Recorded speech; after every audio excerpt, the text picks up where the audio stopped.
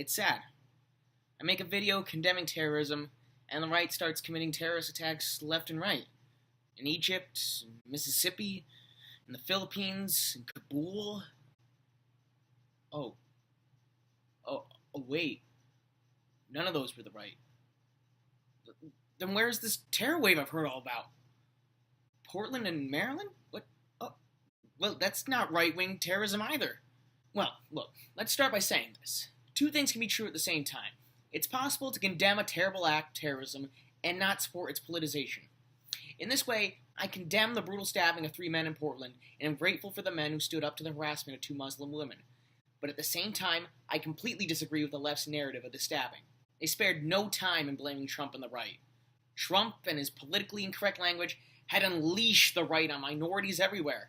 White terrorism, they decided to pen it, in an obvious attempt to counter the narrative of radical Islamic terrorism being an issue.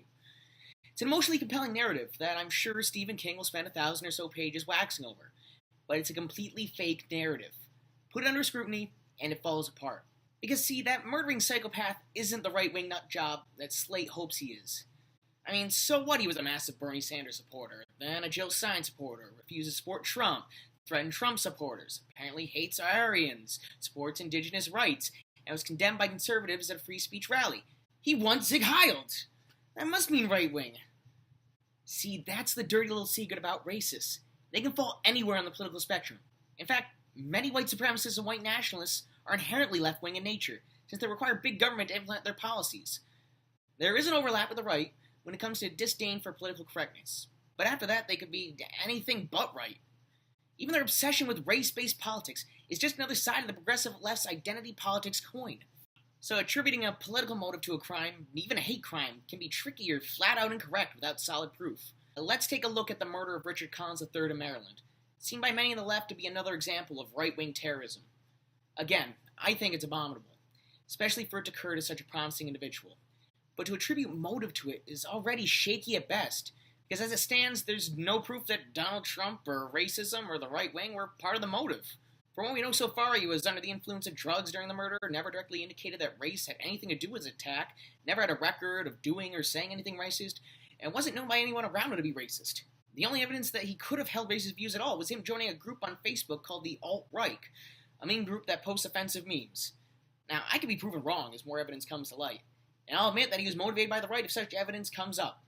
But from what I've read from the left, you'd have thought he rolled in on a horse in full Klan regalia to spread fear and misery to minorities everywhere. Now, why am I debunking these narratives? It's not just to prove that the right isn't some terror scourge on America. It's also to show the power of death in politics. Death is probably the most effective stat in swaying public opinion, and it's definitely one of the most emotional. When done right and with proper evidence, it can highlight a problem that can affect future lives and inspire change. I myself use it to show the dangers of ideas or movements. But all too often, it's used to scare people into reacting on something that has little evidence of causing death. These two cases highlight that among the left-wing media, but the right-wing media is guilty of it too.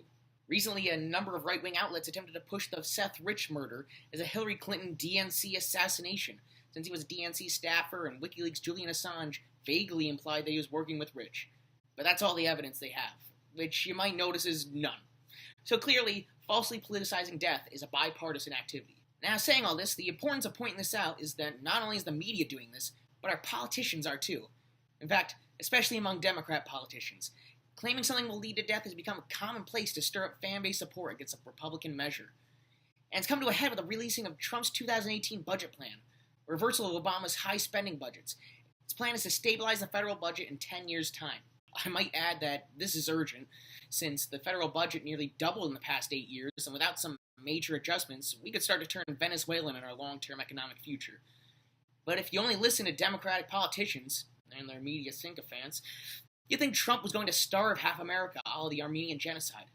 Listen to some of these responses. Here's newly beloved nut Maxine Waters. We have been presented with a budget that's going to wreak havoc on this country. She also called it absolutely disturbing and devastating. No, Auntie Maxine, what's absolutely disturbing is you justifying the LA riots as an uprising. Elizabeth Warren, one of the few actual racists in politics, called Trump's budget... Donald Trump is making clear who he wants to run this government for on steroids, and the answer is for the rich and powerful. And kick everybody else in the teeth. That's what this is all about. In New York City's horrible, hypocritical communist mayor, Bill de Blasio, grossly stated this: "It is not an overstatement to say that some children will die because of this." How can you guarantee that? Is Bill de Blasio going to start personally killing kids if the budget passes? He did just proudly march with convicted terrorists, so you make a conclusion there. This all sounds so frightening. How will America's poor be able to survive when Trump's robber baron budget forcibly takes children's food and possessions? Except here's the thing. It's all gross fear-mongering, of perhaps the highest order. Look, I don't have the time to go through every part of the budget, but I'll go through the most important and most shouted as evil by the Democrats to assuage your fears and show you how much manipulating these politicians are doing by invoking death. And bear this in mind as I explain this. Conservatives like safety nets to save those who fall, but we believe that long-term government aid is damaging to the Americans it wants to help. So what the leftist late-night talk show hosts are frothing at the mouth about comes from the cuts to SNAP and CHIP, as well as cuts to the federal education budget. SNAP, or Supplemental Nutrition Assistance Program, is essentially food stamps, meant to provide extra food for families who are food insecure. It's an immensely noble cause that certainly helps some families who need it. The problem is that in the past 15 years, it's just become a bloated mess that, you explain this to me, somehow has too many recipients, yet still falls short, and has to most no effect on nutrition. Membership has quadrupled over the past 15 years, with 35 joining without any economic changes in their life, and an estimated 17% of recipients are above the poverty line. And while nutritionally most considered poor in America have the same diet as middle class, the nutritional effects of SNAP are pretty much the same for poor off of SNAP. As for CHIP, or Children's Health Insurance Program, I don't want to get into a universal healthcare based argument, that's for another episode. But the fact is that CHIP is just a cleanup program for the messes of other welfare programs of the Great Society, which have done so much to increase poverty that the percentage of children born to single mothers, the single greatest factor of child poverty, increased from 7 to 41%. Looking at the education cuts, $11 billion sounds like a lot of money, especially on a federal budget of $82 billion. But it actually accounts for 1/8 of 1/11th of the school budget, as when state funding is included, the education budget increases to $946 billion, actually more than the defense budget. Turns out that the federal government has virtually never had a role in education. Besides the fact that a 200% increase in school funding in the past 40 years has done virtually nothing to improve student performances. Science scores actually lowered. That money unfortunately goes to teachers' unions and useless administrators. But saving the best for last, here's the big freaking kicker that turns de Blasio from just a normal scumbag to possible child assassin. None of the welfare programs like SNAP and CHIP are having their current budgets cut. It doesn't touch the current budget. They're just cuts to further increases in their budgets. In fact, it's only a 7% cut to $55 trillion in increases in the budget in the next 10 years. And Trump's budget will still increase the budget to $1.7 trillion a year by 2027.